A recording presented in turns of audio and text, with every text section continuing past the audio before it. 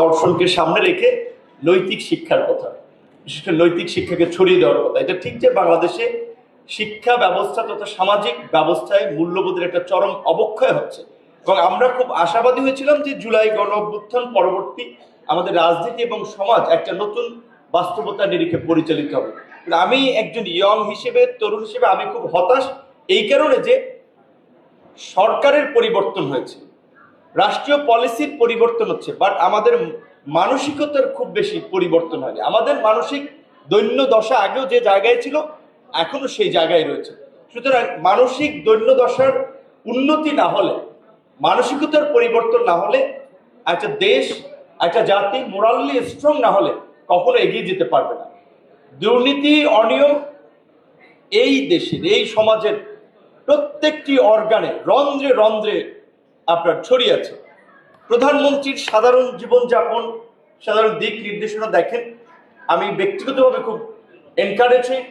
একটা অনুষ্ঠানে দেখলাম এরকম একটা অনুষ্ঠানে কথা বলছেন, কোনো কারণে টিস্যু দিয়ে বোধহয় তিনি হয়তো ধরেন তার মুখের বা নাকের ধারে নিয়েছেন, টিস্যুটা সামনে ফেলা নাই, দেখলাম পকেটে নিয়েছেন প্রধানমন্ত্রীর।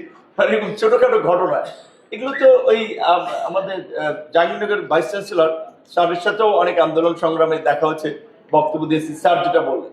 তো আমি মনে করি আমাদের মানে হচ্ছে থিওরির পাশাপাশি প্র্যাকটিসটাও দরকার, যেটা সম্ভবত eastern university vice chancellor sir কয়েকটা দেশের উদাহরণ দিয়ে বলেছিলেন যে সেখানে সততার সব ছাড়াও ধরেন আমাদের শিক্ষার্থীদের মাঝে পাঠ্যপুস্তকে যদি আপনারা 10 জন অনুসরণীয় ব্যক্তিত্বের গল্প ছাপাতে চান, রাজনৈতিক বিবেচনায় যদি ছাপান সেটা হবে না। তো 10 জন অনুসরণীয় ব্যক্তিত্ব আমাদের জাতীয় নেতা আছে, তারা তো আছেন, কিন্তু এই সমসাময়িক সময় আমরা কাদের কথা আমরা আমাদের তরুণদের সামনে বলতে পারি যে তুমি তাকে ফলো করতে পারো। সেই ক্ষেত্রেও কিছু ব্যক্তিরা আছে, যদি তাদেরকে মূল্যায়ন করা হয় তাহলে আমাদের এই নৈতিক শিক্ষার কথা আমরা যেটা বলছি যে না, তাদের আমরা বলতে পারবো যে তাদের মতো। আমি গতকালকে চট্টগ্রাম গেছিলাম জাফরুল্লাহ চৌধুরীর একটা স্মরণ সভায়। আমি আমার দেখা মতে আমার সময়ের মধ্যে আমি মনে করি যে জাফরুল্লাহ চৌধুরী একজন সেরা ব্যক্তিত্ব, আদর্শবান মানুষ, যার সারাটা জীবন তিনি মানুষের জন্য, দেশের জন্য সংগ্রাম করে গিয়েছেন। আমি বলতে পারি যে জাফরুল্লাহ চৌধুরীর মতো আমি যে কাউকে এনকারেজ করতে পারবো। তো আমাদের আজকে পাঠ্যপুস্তকের যে গল্প, যে চরিত্র, এগুলোর যে গত 17 বছরে মানে পরিবর্তন হয়েছে, সেক্ষেত্রে আমি মনে করি আমার কিছু কিছু কবিতা, কিছু কিছু গল্প যে তরুণদেরকে এনকারেজ করতো। কারণ সবার আমি ছাত্র সুনির্মল বসু, এরকম একটা কবিতা, সুন্দর কবিতা, চমৎকার, যে কবিতার লাইনগুলো বিশ্বজোড়া দেখবো আমি আপন হাতের মুঠোয়। এই যে লাইনগুলো, আমি জানি এই সমস্ত কবিতাগুলোর টিচাররা যখন পড়ায় ক্লাসে একটু ব্যাখ্যা করে কিনা যে বাবা এই কবিতাটার মিনিংটা হচ্ছে এটা, তখন তো ছাত্রদের মাথায় ঢুকবে। জুনিয়র ছাত্ররা তো এত অ্যানালাইসিস করতে পারে না।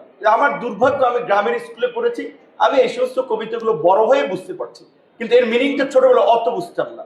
আমাদের দেশে হবে সেই ছেলে কবে কথায় না বড় হয়ে কাজে বড় হবে, রিডিং পড়াইছে স্কুলে, কিন্তু এটা ব্যাখ্যা করে নাই যে এই কবিতাটা দিয়ে এইটা বোঝাচ্ছে। তো যাই হোক, আশা করি এখন শিক্ষা ব্যবস্থা, প্রযুক্তির সবকিছু এত উন্নত হয়েছে, এখনকার শিক্ষকরা অন্তত সেই দিকে ফোকাস দিবে। শিক্ষকদেরকে দিতেই হবে, কারণ আমি জানি মাননীয় প্রধানমন্ত্রী শিক্ষা এবং কর্মসংস্থান নিয়ে একটা কমিটি আছে, সেখানে প্রতিনিয়ত প্রায় ফলো আপ মিটিং হয়। সবুর ভাই যেটা মহাদেবেন ভাই, এসএলএস মিলন ভাই একটা সেমিনারের কথা এক্সাম্পল দিলেন, যে প্রধানমন্ত্রী এটা নির্দেশনা দিয়েছেন যে একটা শিক্ষা আমাদের মোরাল ভ্যালুকে অ্যাড করা, কর্মমুখী শিক্ষা বিশেষ করে, এবং দেশে এবং বিদেশে শিক্ষিত অশিক্ষিত তরুণ এবং যুবকদের কর্মসংস্থান, আমাদের ডেমোগ্রাফিক ডিভিডেন্ডকে কাজে লাগানোর ক্ষেত্রে প্রধানমন্ত্রীর একটা ভালো কনসার্ন আছে। স্বাভাবিকভাবেই রাষ্ট্রের শীর্ষ পর্যায় থেকে যদি এই ধরনের কনসার্ন থাকে তাহলে সেটা রাষ্ট্রীয় নীতিতে তার একটা প্রতিফলন ঘটে। তো আশা করি আমাদের সর্বশেষ একজনে যেটা বলেছিলেন যে আমাদের দেশের চিকিৎসাটা দেশে নেওয়ার ক্ষেত্রে, আমি ব্যক্তিগতভাবে আমার অনেক বক্তব্য আছে ইউটিউব, ফেসবুকে। তো এখন আমি এই জায়গা থেকে তো সরে আসতে পারবো না, আবার সরকারের দায়িত্বে থাকলে অনেক কথা বলা যায় না। আমি মনে করি অবশ্যই প্রধানমন্ত্রী জ্বালানি নিয়ে যেমন মন্ত্রিসভার সদস্যদের একটা মিটিং 1/3 খরচ কম নিতে বলেছেন, বিভিন্ন অফিস আদালতের খরচ কমিয়েছেন, গাড়ি ক্রয় কমিয়েছেন, প্রজেক্টের ব্যয় কমিয়েছেন, ভূমি অধিগ্রহণ আপনার অর্থ সাশ্রয়ের ক্ষেত্রে বিভিন্ন নির্দেশনা বা অনুশাসন দিয়েছেন। আশা করি যে কোনো সময় প্রধানমন্ত্রী নিশ্চয়ই এই চিকিৎসার বিষয়ে একটা নির্দেশনা দেবেন। কারণ স্বাভাবিকভাবে আমি ক্যাবিনেট সদস্য, আমি মন্ত্রী, আমি যদি দেশের চিকিৎসা আস্থা না রাখতে পারি তাহলে আমার দেশের চিকিৎসাটা ডেভেলপটা কোথায় হবে? আর যখন আমি ঢাকা মেডিকেলে চিকিৎসা নেব, আমি বরিশাল শেরেবাংলা মেডিকেল কলেজে চিকিৎসা নেব, 2 দিন ভর্তি থাকবো, আমার কারণে হলে ওখানকার চিকিৎসা ব্যবস্থা, ডাক্তারদের পরিষ্কার হসপিটালের পরিচ্ছন্নতা থেকে ম্যানেজমেন্টে একটা গতি আসবে, ভালো একটা চিকিৎসা হবে।